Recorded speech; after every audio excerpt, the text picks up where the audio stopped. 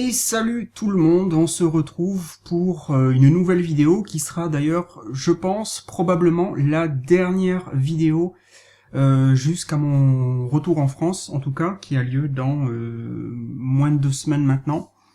Honnêtement, je pense pas que j'aurai le temps de faire une autre vidéo.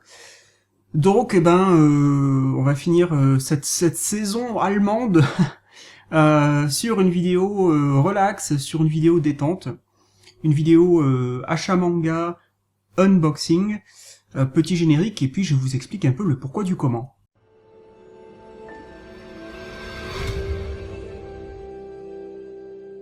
Alors ceux qui suivent de manière très active la chaîne savent que ces dernières semaines, j'avais mentionné plusieurs fois, notamment dans des lives, etc., que j'avais l'idée de faire un dernier gros achat manga avant mon retour en France, tout simplement parce que, évidemment, quand je vais revenir en France, je serai sans travail pendant une période indéterminée, et donc sans revenu. Et c'est vrai que j'étais un petit peu tiraillé entre le cœur et la tête, entre la passion et la raison. J'avais envie, voilà, de me faire un dernier cadeau, tant que j'avais encore un salaire, des revenus, etc. Envie de compléter plusieurs séries sur lesquelles je suis très en retard, et puis en même temps acheter quelques one-shots qui étaient sortis ces derniers mois, voilà, qui m'attendaient depuis longtemps sur ma wishlist, voilà. Donc finalement, eh bien, la passion l'a emporté sur la raison, voilà, je me suis fait plaisir une dernière fois. En tout cas pour cette année, ça c'est sûr, hein, je pense que c'est à peu près certain que ce sera le dernier achat manga, au moins jusqu'à l'année prochaine. Même si il y aura une petite surprise quand je vais revenir en France, mais j'en parlerai eh bien, quand je serai effectivement revenu, question achat. Chut, bah, je n'en dis pas plus. Donc voilà, tous les colis sont arrivés depuis quelques jours, donc là je pense qu'à la caméra vous ne verrez pas tout, hein, pour une question de perspective de distance, mais il y a un gros tas, hein, et non je ne parle pas de moi, mais il y a un gros tas devant moi.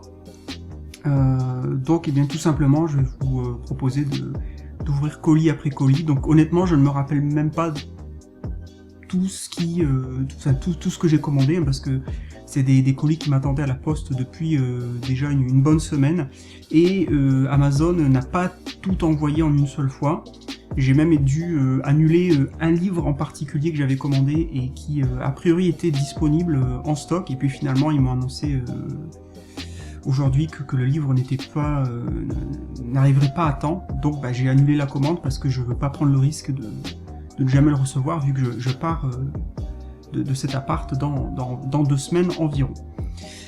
Voilà, trêve de blabla, on va ouvrir ça petit à petit, hein, tout simplement. Donc encore une fois, voilà, vidéo relax, pas de soucis. Alors, qu'est-ce qu'on a dans ce premier colis? Alors évidemment, du coup, ben, ça sera un peu...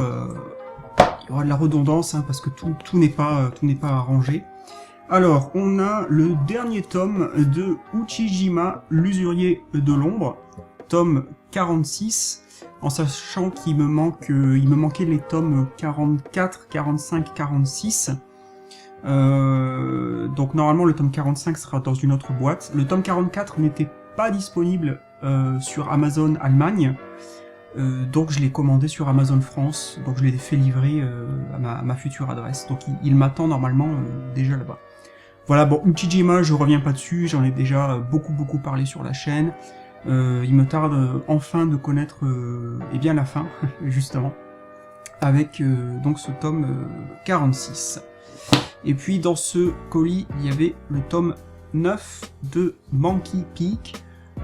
Pareil, Monkey Peak, j'en ai déjà plusieurs fois parlé sur la chaîne, petit thriller montagnard, un groupe de gens qui se font assassiner les uns après les autres, pourchassés par une espèce de créature rappelant un singe, mais évidemment on se doute quand même fortement que derrière ce monstre entre guillemets se cache probablement quelqu'un en fait, et non pas un singe, mais enfin ça c'est mon hypothèse, voilà. Ensuite on continue, ouverture d'un deuxième colis. Alors, qu'est-ce qu'on a là-dedans? Oula! On a un seul livre, mais c'est un gros livre. Ah bah je m'attendais pas à ce qu'il soit aussi gros ce truc en fait.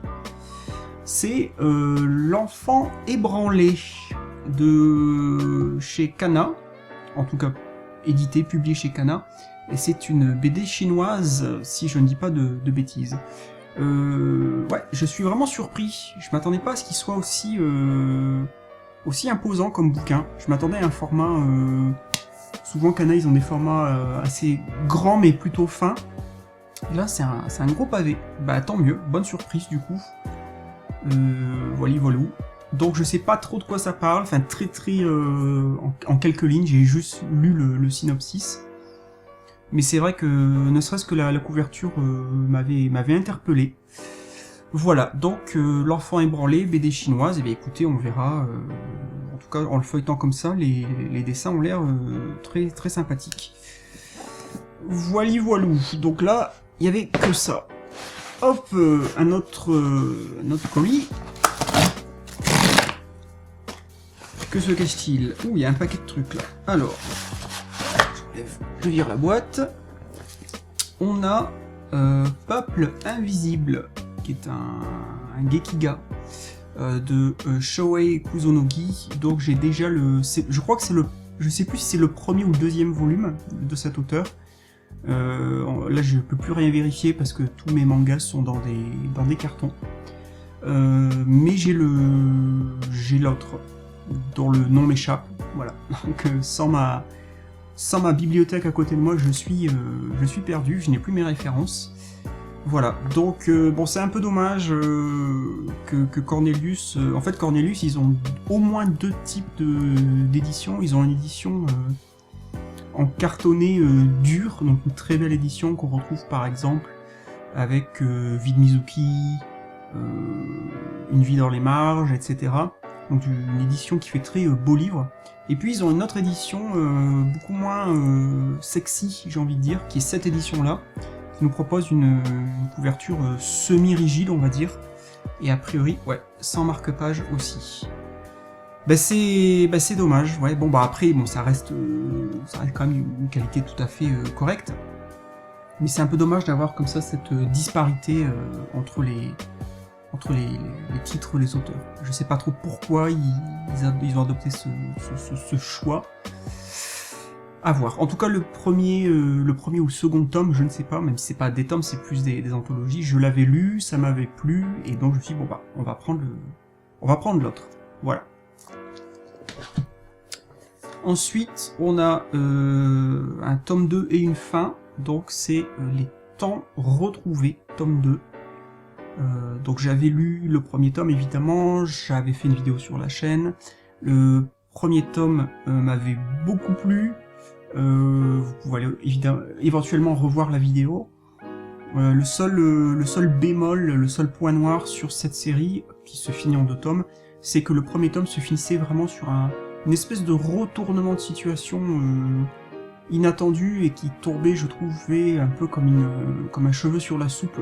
J'avais l'impression que en fait, l'histoire aurait pu se terminer au premier tome, sauf qu'il y a eu cette espèce, encore une fois, de twist final qui donnait vraiment cette impression que l'auteur, c'était un peu forcé, qu'en fait, que ça, voilà, que l'histoire n'en avait pas besoin, et que la seule raison d'être de ce retournement de situation, c'était pour faire un tome 2, en fait. En tout cas, c'est l'impression que j'en avais eu.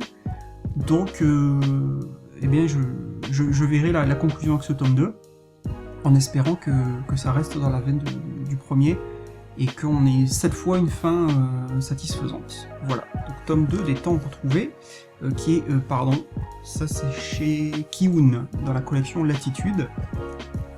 Ensuite, qu'est-ce qu'on a ici? On a le tome 2 de Mauvaises Herbes, chez Le Lézard Noir. Je crois qu'il est sorti il y a quand même un petit moment, je sais plus. Mauvaises Herbes, pareil, j'en avais fait une vidéo sur la chaîne, pour le premier tome. Donc un premier tome qui m'avait vraiment plu, j'avais trouvé qu'il y avait beaucoup de qualité, etc. Un ton très, très adulte, dramatique, sombre, etc. En tout cas, un premier tome qui était très prometteur, voilà. Donc, eh bien, à découvrir avec la suite pour le tome 2, voilà. Ensuite, on a un gros pavé, je vais essayer de vous montrer, avec malheureusement le carton qui est arrivé complètement explosé, là ici, une fois de plus. Comme d'habitude, je sais pas ce qui se passe, la poste allemande, voilà. Bon, j'imagine qu'en France, c'est plus ou moins la même chose de toute façon. C'est juste que ils emballent ça dans des cartons qui sont pas... Je pense que le poids excède ce pourquoi le carton est prévu. Et du coup, le carton craque forcément. Voilà. J'essaie d'ouvrir sans tout... sans que le ciseau passe au travers. Ah, je vais y arriver. Voilà. Alors, là, il y a un paquet de trucs. Alors, il y a le tome 7 de la cantine. Ah, attendez, ne bougez pas. Petit souci avec le PC. Boum. Voilà, je reviens du. Alors, je disais donc, tome 7 de la cantine de minuit. Bon, là, pareil, hein, c'est une très bonne série selon moi.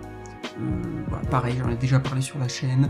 La cantine de minuit, c'est un manga évidemment culinaire, un petit peu dramatique, beaucoup d'humour, à nature épisodique, donc des chapitres relativement courts, donc ça se lit très bien, notamment dans les transports en commun, je trouve, parce que vous pouvez lire un ou deux chapitres, vous arrêtez, le reprendre des jours, voire des semaines après. Il n'y a pas vraiment de fil rouge, en fait, conducteur, il n'y a pas une intrigue sur le long terme, si ce n'est que vous avez des personnages qui au bout d'un moment deviennent récurrents, des clients de ce restaurant qui reviennent. Mais à part ça, voilà. Donc ça se lit très très bien. Je crois qu'au moment où je fais cette vidéo, le tome 8 va sortir vraiment sous peu, je crois fin octobre. Mais bon, ça sera trop tard pour moi pour l'acheter. Donc on reprend avec le tome 7. Ensuite, que vois-je? Ah, ça je l'attendais depuis... Voilà, ça c'était un achat obligatoire vraiment pour moi, ça je savais. C'est l'appel de Cthulhu. Alors, je sais pas si vous verrez bien parce que la couverture est très sombre. Ils ont opté pour une espèce de rouge, enfin plutôt bordeaux. Et le titre sur l'illustration sur fond noir, donc ça fait... Même quand je l'ai là entre les mains, ça fait très très sombre. Donc je sais pas si vous verrez grand chose à l'image. Évidemment, l'appel de Cthulhu, donc adaptation par Watanabe des récits de Lovecraft. Donc l'éditeur continue sur sa lancée et je suis vraiment ravi que cette collection a priori se vende bien, qu'elle ait trouvé son public, parce que c'est vrai qu'il y a un tel travail qualitatif au niveau de l'édition, sans parler évidemment de la qualité du récit en soi, du dessin de Tanabe, etc. Donc je trouve que c'est vraiment une série, si on peut dire, qui mérite vraiment tout le succès qu'elle peut rencontrer. Et voilà, si vous n'avez toujours pas attaqué les adaptations de Lovecraft en manga, je ne peux que vous inviter, essayez, voilà, prenez, je sais pas, Les Montagnes Hallucinées par exemple, ou encore mieux, La Couleur Tombée du Ciel, parce que c'est qu'un seul tome, donc ça vous coûtera moitié moins cher.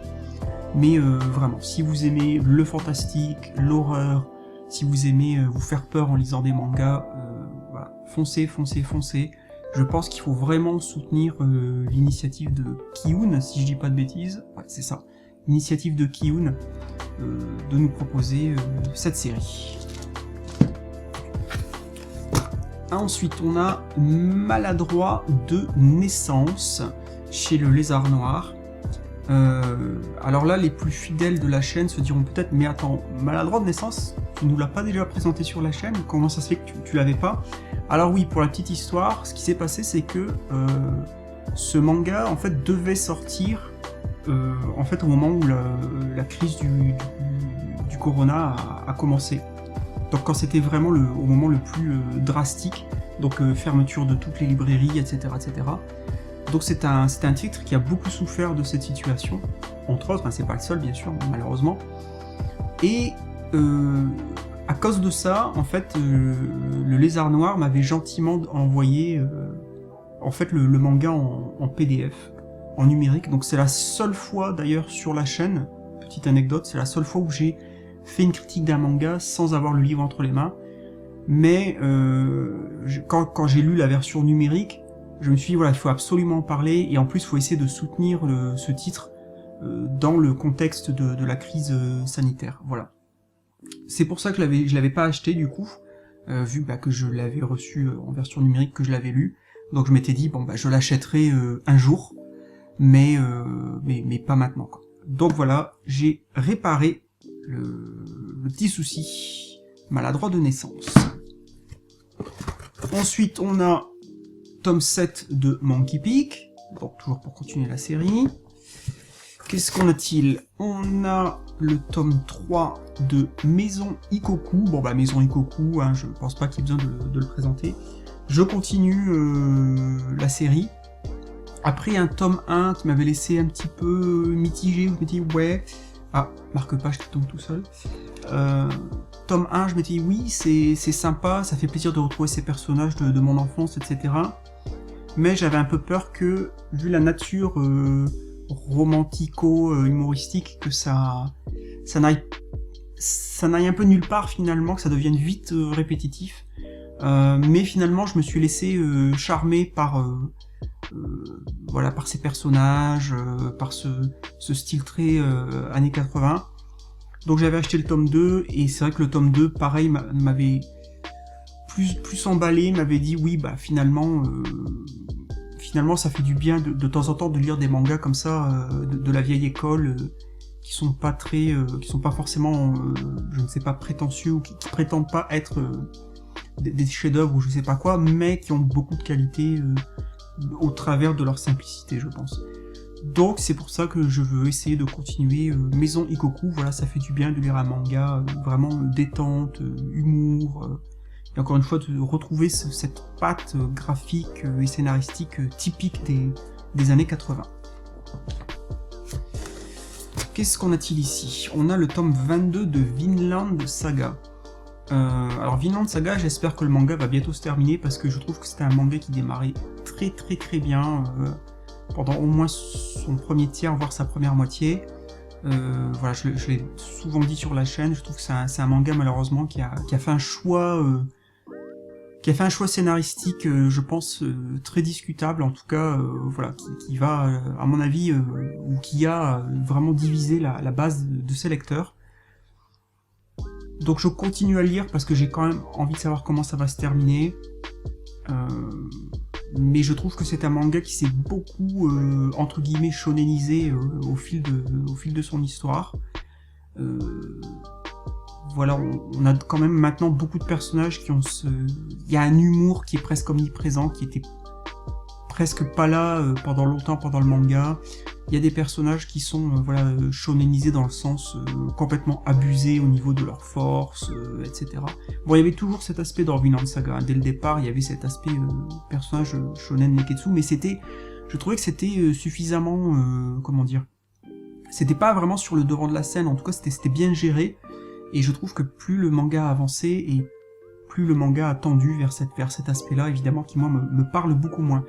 Malgré tout, rien que sur le plan graphique, ça reste un manga tout à fait intéressant, qui a beaucoup de qualité, donc c'est la raison pour laquelle je veux quand même le continuer. Mais j'espère qu'on arrive à la fin.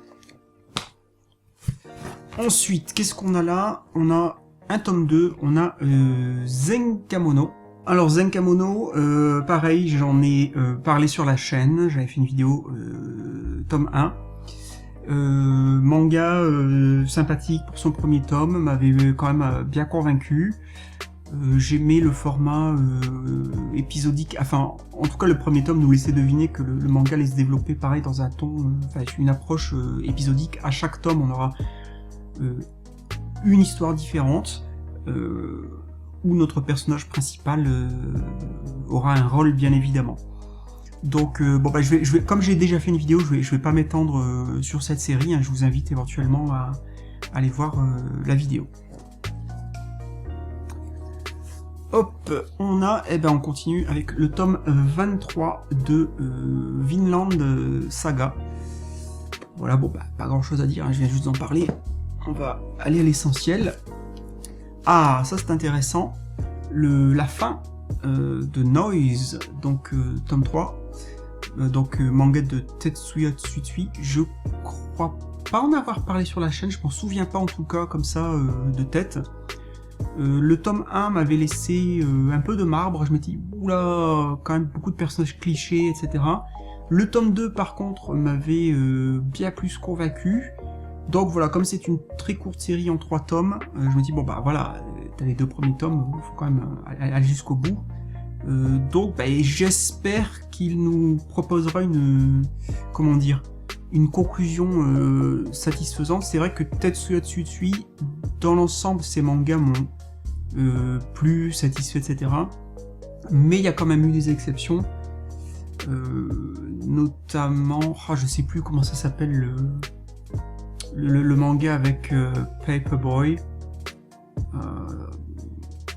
Prophecy, je crois, si je dis pas de bêtises.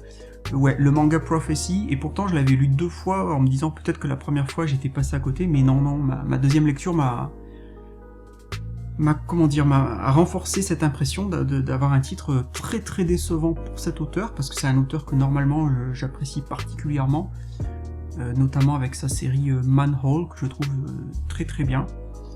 Donc voilà, j'espère que cette fois il nous proposera une fin de conclusion satisfaisante avec ce thriller campagnard.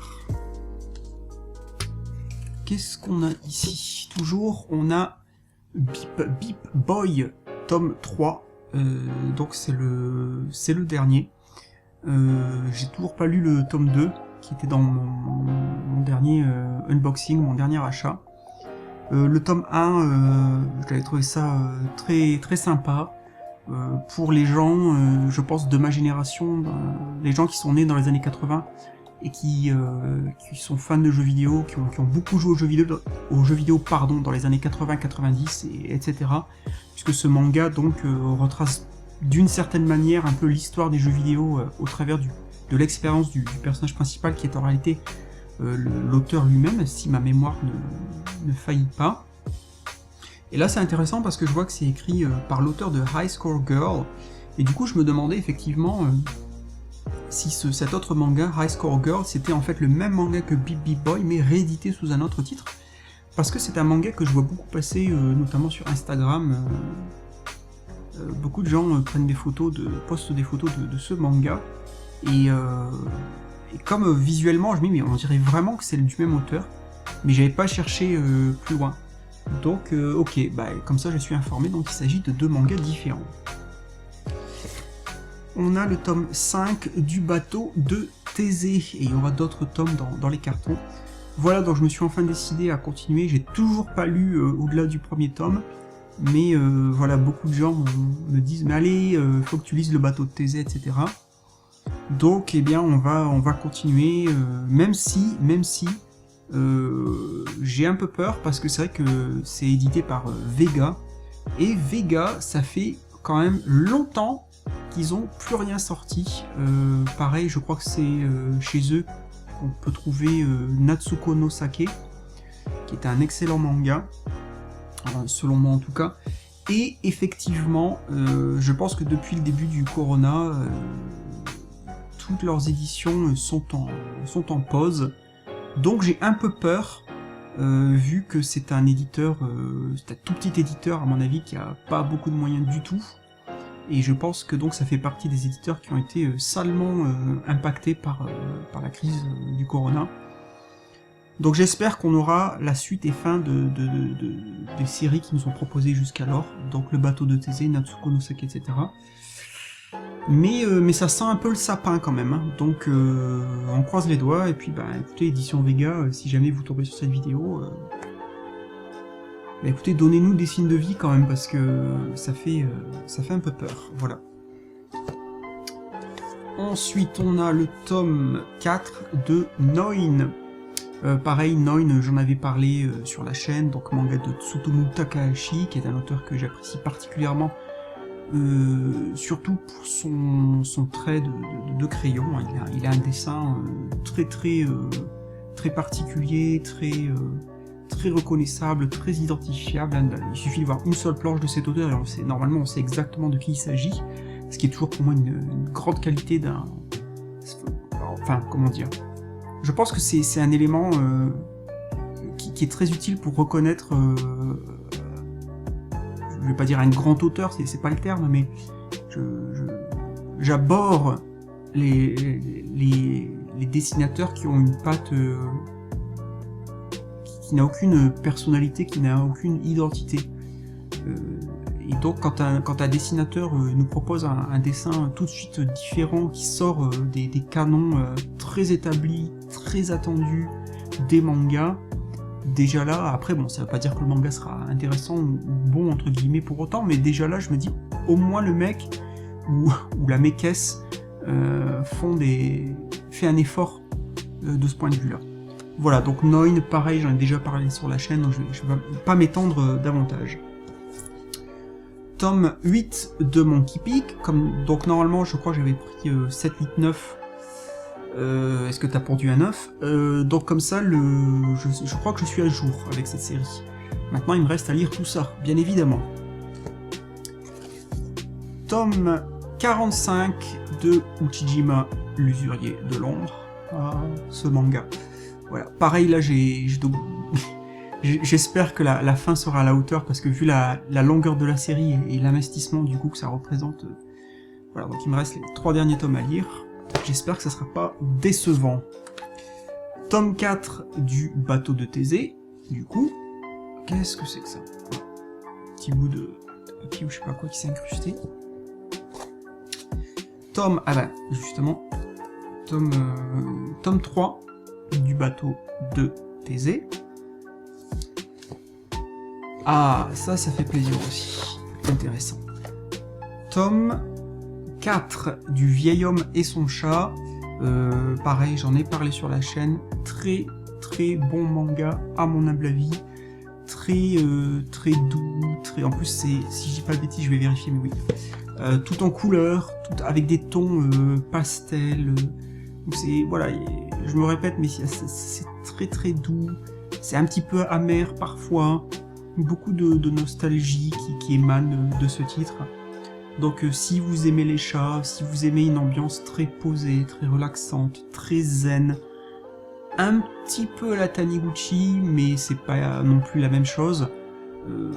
Voilà, le seul bémol ici, c'est que ça se lit un peu vite, il n'y a pas énormément de texte, il n'y a jamais de longs monologues ou je sais pas quoi, mais je pense que c'est un manga qui repose beaucoup sur son ambiance, une fois de plus, très feutrée, très délicate.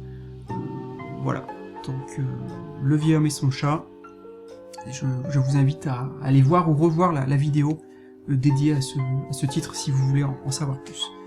Voilà, hop, une boîte qu'on peut dégager, et on arrive à la dernière, ici. Alors, je sais pas du tout ce qu'il y a là-dedans. Je me demande si c'est des mangas en fait qu'il y a là-dedans, du coup. Je ne suis pas sûr. Parce que,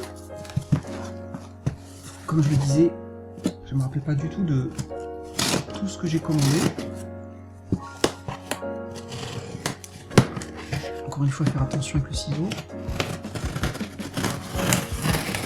Hop.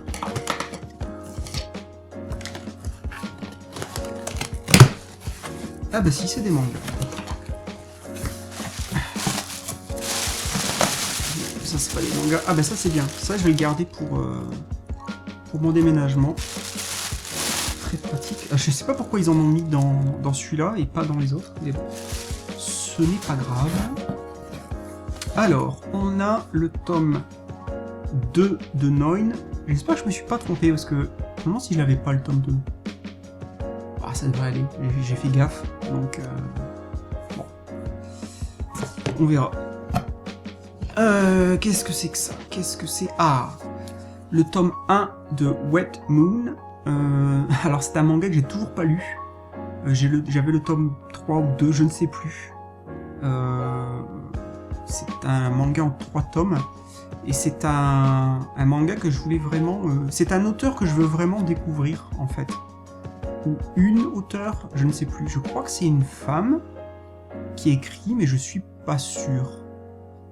Je pense qu'il y aura au moins une personne dans les commentaires qui le saura. Est-ce que c'est un auteur ou une auteure? Voilà, je ne sais plus. Mais en tout cas, ça a l'air intriguant. Ce qui est déjà pas mal. Donc Wet Moon, petit thriller, a priori, en 3 tomes, que je finirai par lire. Ah bah, le tome 4 de Maison Ikoku, voilà, on continue. Hop là, le tome 3 de Noin. Et puis, est-ce que c'est le dernier? Oui, je peux virer le carton. Voilà. Et puis là, un gros pavé. Ah bah super.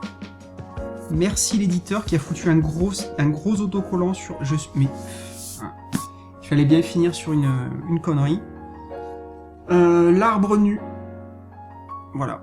Et je sais pas si vous le verrez à la caméra, mais ici il y a un gros autocollant bien dégueulasse. Le chef-d'œuvre de la littérature coréenne en BD. L'éditeur, c'est les arènes BD. Alors les arènes BD, je sais pas si vous êtes responsable, mais on ne met jamais un autocollant à même une couverture. À plus forte raison si c'est pour dire un truc aussi insipide que le chef-d'œuvre de la littérature coréenne en BD. Voilà, ce qui ne veut absolument rien dire. Est-ce que vous croyez vraiment que les gens qui vont voir cet autocollant vont se dire « Ah bah oui, c'est le chef-d'œuvre de la BD, donc je vais l'acheter ». Voilà. On ne met jamais un autocollant à même la couverture d'un livre. Voilà, c'est quand même le b.a.-ba, quoi. Bref, j'ai acheté ça par curiosité. La couverture m'intriguait. Et puis bah, j'aime évidemment les manhwas, hein, en plus des mangas et autres Gekiga, etc. Donc voilà. Je sais pas du tout de quoi ça parle.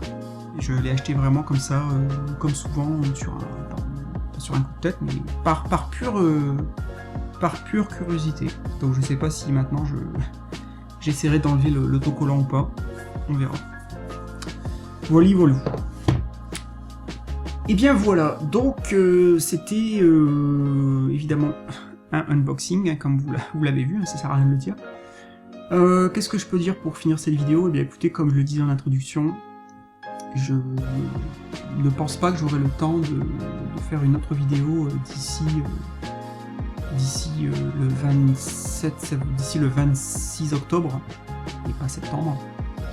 Pour être très précis, donc le 27 octobre, l'agence de déménagement vient chercher toutes les affaires. Donc déjà le 26, la journée sera très occupée à finir les derniers cartons, etc., à être sûr que j'ai rien oublié. Et puis le 27, ils viennent tout chercher. Et puis donc le 28, 29, 30, je resterai dans cet appart vide, voilà, en mode clochard. Et puis je quitte l'Allemagne le 31 octobre très tôt. Donc j'ai un vol à 7h du mat, et malheureusement, pour la petite histoire, mon vol a été annulé. Donc j'avais réservé un vol depuis plusieurs mois, et mon vol a été annulé la semaine dernière, je crois, par la compagnie aérienne, donc en catastrophe. Elle a été annulée à cause du virus, paraît-il. Donc j'avais un vol direct, et maintenant je me retrouve avec un vol avec escale, et ça a complètement chamboulé mon emploi du temps de mes derniers jours. Donc heureusement, j'ai pu changer la date et l'heure de mon état des lieux. Voilà, on s'en fout, mais je le raconte quand même. Donc voilà, donc je pars le 31 très tôt, et puis donc j'arrive en France le 31 octobre en milieu de journée. Voilà, donc au-delà de ça, je peux pas du tout vous dire ce qui se passera par rapport à la chaîne. Hein. Je pense que je vais être très occupé les premiers jours, éventuellement les premières semaines. Récupérer mes affaires, m'installer, etc. Je sais pas du tout comment je vais vivre ma réacclimatation, ma réadaptation à la vie française après plus de 10 ans d'absence. Donc j'aurai beaucoup de démarches administratives à faire, et puis bah, tout simplement, ça, je pense que ça va faire très bizarre pour moi, au moins les premières semaines, d'être en France, et surtout de me... comment dire, de prendre conscience que je suis de retour en France, mais c'est a priori permanent, ou en tout cas, je vais pas repartir demain la veille. Voilà, donc me réhabituer à utiliser une voiture, à conduire, à plus avoir accès au transport en commun, aller faire mes courses chez Leclerc, etc., etc. Donc je pense qu'il y aura une bonne période d'acclimatation. Et puis ben, une recherche d'emploi, je pense qu'il va s'imposer, à mon avis, assez rapidement quand même, malgré mon envie de pas forcément me remettre à travailler tout de suite, mais je pense que la vie va me rattraper assez vite, et que ouais, je pense que je vais pas avoir le luxe d'être sans travail très longtemps. Mais bon, on verra, il est trop tôt pour en savoir plus. Voilà, qui sait, peut-être que j'arriverai à faire une vidéo avant de partir, une autre vidéo, peut-être à lumière sûre, mais bon, ne vous cramponnez pas à cette idée, parce que là j'arrive vraiment à la limite de ce que je peux faire, pardon. Et puis bientôt, mais évidemment tout mon matos photo vidéo sera dans des cartons lui aussi. Voilà. Eh bien écoutez, en tout cas j'espère que cette petite vidéo sans prétention vous aura au moins détendu. J'espère. Éventuellement vous aura donné des idées de lecture, des envies de lecture, pourquoi pas. Et puis bah écoutez, je vous dis donc rendez-vous éventuellement dans la dizaine de jours qui vient. Et si c'est pas le cas, eh bien je vous dis rendez-vous de l'autre côté du Rhin. Ah, et mon ventre qui commence à gargouiller, donc il va falloir aller manger. Voilà, eh bien écoutez, prenez soin de vous. Hein, j'espère que vous allez bien malgré la situation, malgré les nouvelles mesures qui viennent encore de tomber a priori. Et puis je vous dis donc rendez-vous voilà, bientôt, je l'espère. Voilà. Allez, une bonne journée à vous, ou une bonne soirée, ou une bonne nuit, je ne sais pas, au moment où vous regarderez cette vidéo. Et puis je vous dis à bientôt, je l'espère, pour une nouvelle vidéo sur Orion Manga. Dans un nouveau décor, il y a de fortes chances. Voilà. Allez, bye bye tout le monde. Ciao.